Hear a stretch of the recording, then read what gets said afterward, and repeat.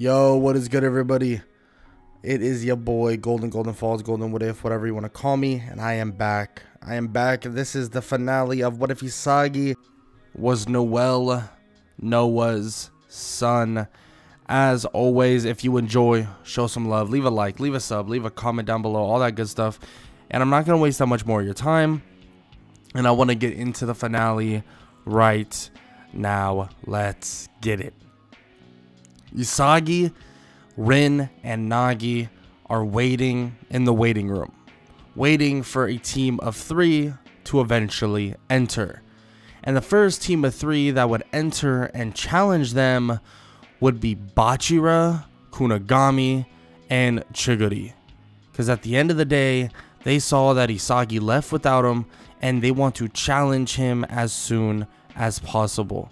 And frankly, they know that they may be outmatched, but at the same time, if you want to be better than every single person here, you have to challenge the best people here. And obviously, Isagi, Rin, and Nagi take on the challenge, but Bachira, Kunigami, and Chiguri truly did not know what they were getting into. Because the X factor of this team was someone they didn't even know in the first place. Rin Itoshi, little brother of Sai Itoshi, the one of Japan's, well, U20 team and prodigy of Japan.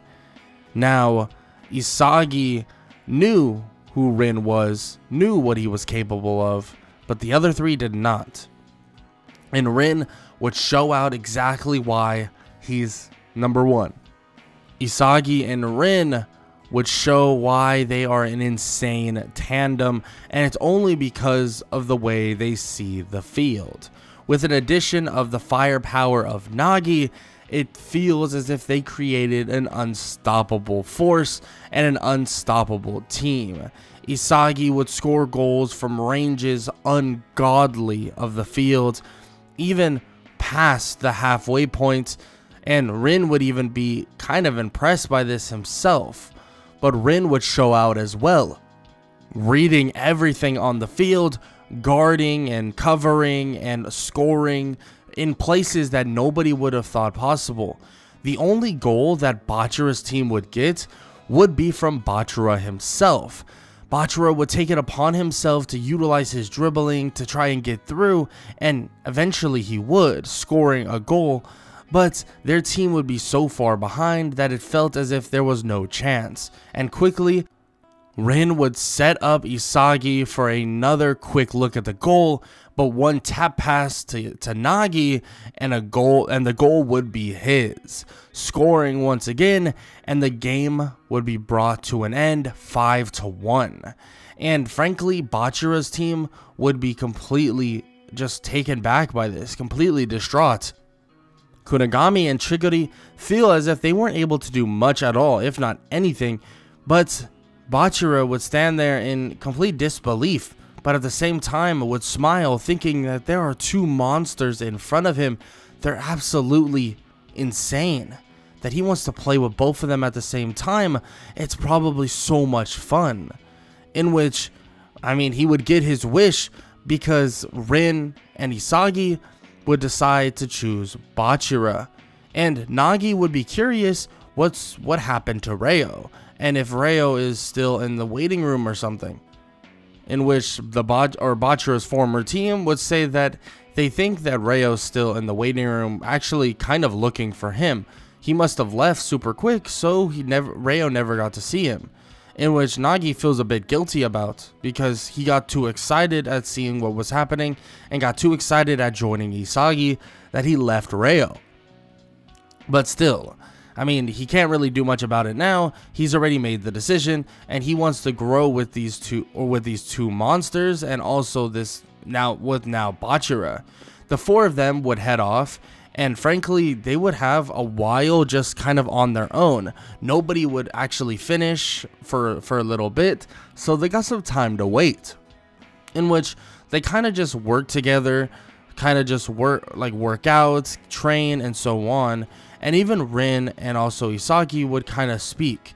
And eventually Rin would believe that Isagi is just flat out super similar to one Noel Noa, in which he would kind of feel some inferiority beyond this, because at the end of the day, Noel Noa is the best striker alive. So he wants to actually be like him as well. He wants to be like Noel Noa as well. And the fact that someone else is like him, it kind of puts a dent in what he wants to do. But with that said, that he doesn't really know that Isagi is Noel Noa's son, but he's still kind of skeptical about, well, how he learned to play in such a way, and he feels that the only way to truly do that is through some genetic build. But he's not going to really question much right now. He's not going to really worry about it at this moment, but still, it's something to think about. They would work out, train together. Same thing with Bachira and Nagi. I mean, but getting Nagi to work out and train is like a totally different thing. So they kind of just let him work out whenever he wants to work out. But they all work out together more or less. And eventually another team of 4 would finally arrive. And that other team of 4, and the team would consist of Chigiri, Kunigami, Reo, and Shido. Now, this would be a team that is a bit unorthodox, and frankly, Isagi can tell that there's some underlying issues within the team just by the way Kunigami reacts. It's obvious that he doesn't really enjoy playing with one of them, and it's obvious who it is. So that's something to keep in mind. And frankly, at the end of the day, Isagi feels that there may be one person he needs to focus on guarding, and that might be the guy that everybody just absolutely hates, in which that's Shido. In which, once the game would begin, it would be obvious how talented Shido truly is, and how talented and just how good and far off he is compared to everyone else.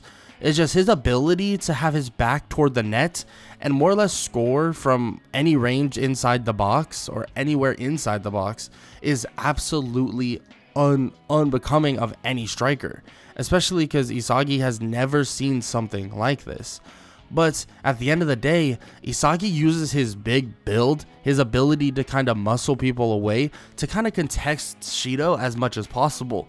And in doing this, he tries to keep him outside the box. While he does this though, Shido does end up scoring maybe 1 or 2 goals, but luckily enough, Rin is able to read the field once Shido is shut down, and he's able to counter-react pretty quickly with the rest of his team. And eventually Shido would get frustrated, calling Isagi just a big oaf, saying that he'll never be anything other than, well, a defensive player. But everybody knows that this is completely false. Isagi is just conforming to what they need to do right now to stop this team. And eventually Shido would get so frustrated with his team being down 4-2 and more or less him getting stonewalled by Isagi. And he gets so frustrated that he'd take a swing toward Isagi's head with a kick. And as he does, Isagi would duck and move out of the way.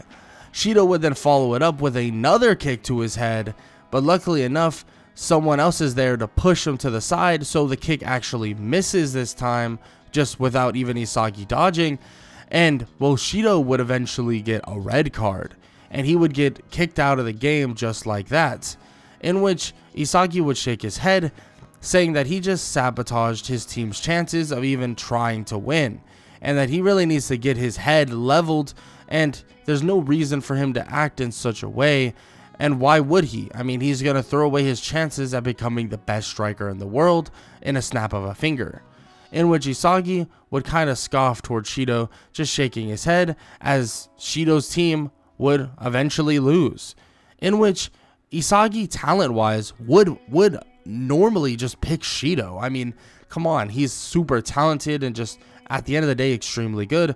But he says that there's no reason to do that because of the way he acts, and the best way to approach this is adding speed to their team, and that would be Chigiri. Nagi would want Reo to join the team, but things would get massively overruled, obviously, because Reo is far from the best player on that team, and it doesn't necessarily even make sense for them to put Ryo on that team. So yeah, he gets overruled, unfortunately, or at least unfortunately for Nagi, and the team of Rin, Isagi, Chiguri, Nagi, and also Bachira then go on to the very end. It seems as if there's only one last thing for them to do, and that one last thing is kind of unknown to all of them, or at least to a certain extent unknown to all of them. That last thing is actually a game against some of the best players in the entire world. That last game is against the World 5. The World 5 consists of more or less 5 players from different countries, and they're insanely good at football. They're absolutely insane, and they're some of the best in the entire world, if not the best in the entire world, which at the end of the day is a sight to see, because this is the only time, or really frankly the first time, and maybe the only time for a while, that Blue Lock will be able to take on some of the best in the world until they become some of the best in the world.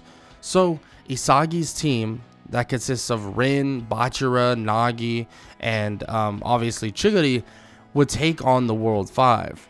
But it would become a massive issue, because at the end of the day, the World 5 is absolutely unstoppable, at least in terms of offense, and they're all just individually elite at what they do.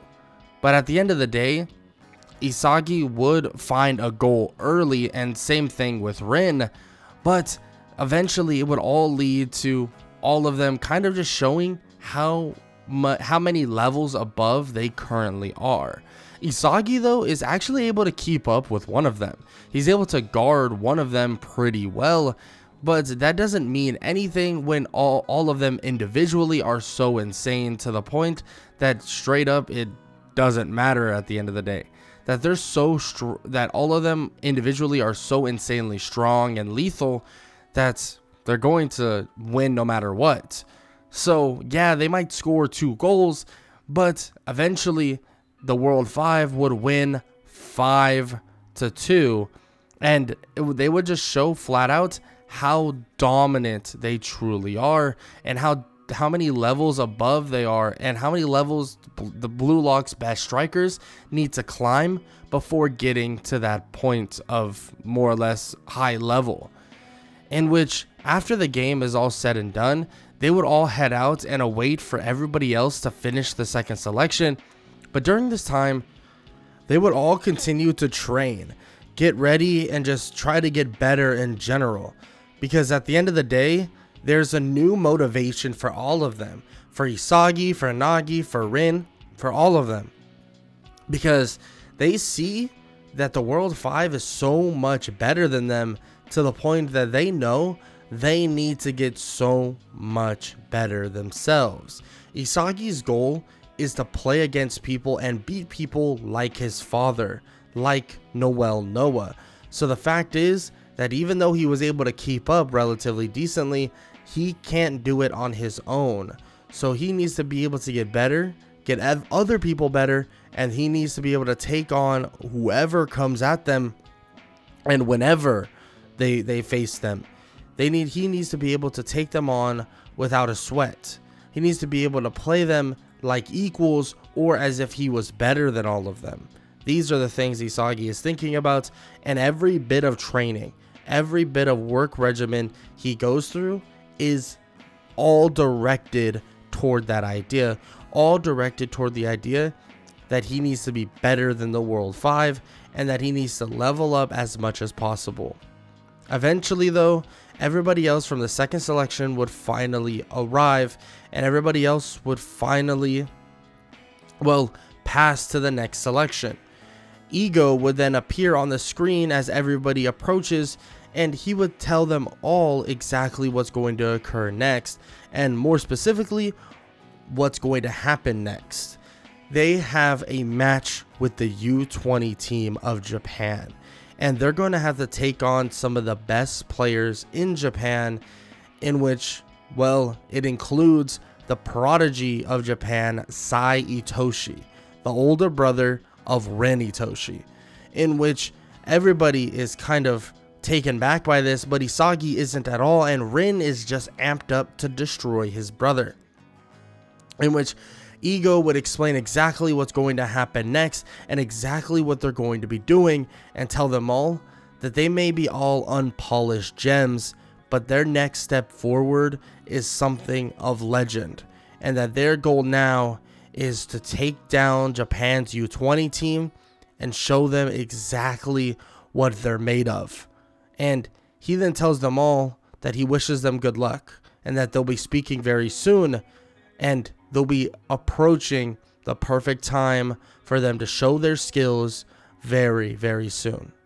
As the screen turns off, Isagi would leave, but he would be directed toward a different room, and a TV screen would turn on, and it would be Ego once again. Ego would speak to him, saying that that Isagi himself is more or less the perfect unpolished gem for this match, but he wants to do a little bit more polishing before the U20 match. He's going to take him away from everybody else and polish him to the degree of being exactly like his father, in which Isagi would look at Ego and nod, as eventually Ego would say that he thought he would have a bit of a surprise for Isagi before he pushed him through hell, in which Isagi would be confused and eventually would see his father on the screen. Noel Noa would send him a message telling his son how proud of him he is so far and how much he's done, and that he wouldn't be surprised if they're on the same field sooner than he could possibly imagine. Noel Noa would nod and smile and say that he's proud of his son, and then the screen would turn off. Ego would then tell him that he hopes he's ready because they have a lot of work to do in a short amount of time.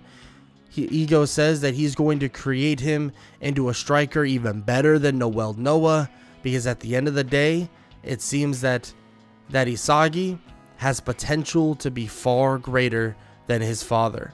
Isagi would smile and then smirk, and he would tell Ego that he's prepared for whatever he has to dish out. Ego says that it's good that he says that, because it's time for them to walk through hell so he can come out a diamond. And the screen would turn off, and Isagi would see a door open up as if it's a way for him to go and his entrance into hell. And once he comes out, it would be time for the U20 match. And what happens in that match, though, is a story for another day, and maybe a story that will never be told. But for now, you all can make your own conclusions on the idea of Isagi becoming the next greatest striker in the world and becoming even greater than his father, Noel Noa. But if you enjoyed, show some love, leave a like, leave a sub, and leave a comment down below, all that good stuff.